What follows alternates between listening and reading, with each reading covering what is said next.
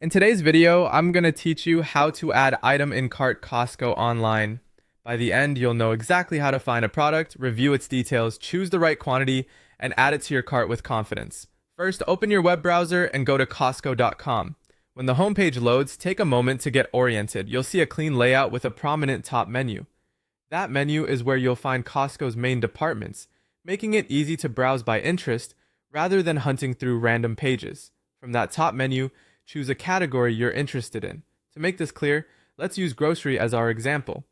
Hover over or click the grocery option to open its section. This takes you to a page dedicated to food and everyday essentials, and you may see subcategories that help narrow things down even further. Now it's time to browse. Scroll through the products until something catches your eye. As you move down the page, notice the product tiles. They typically show the item name, a price, and sometimes helpful notes, like delivery options or special offers. If you want to move faster, look for sort and filter tools to refine by brand, price, or type. But casual browsing works just fine too. When you find an item you like, click it to open the product details page.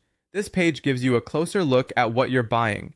Review the photos, read the description, and check the size or count so you know exactly what will arrive. If there are any special considerations like shipping limitations or delivery windows, they usually appear here as well. Taking a few extra seconds to confirm the details can help you avoid surprises later.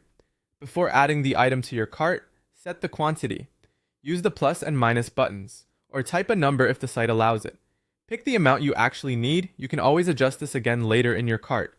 When you're ready, click the Add or Add to Cart button. After a brief moment, you should see a confirmation or an update to the cart icon, usually at the top right of the page. That change means your item has been successfully added. And that's it. You can continue browsing and repeat the same process for more items. When you're done shopping, your cart will have everything ready for checkout. For now, you've learned the essential flow.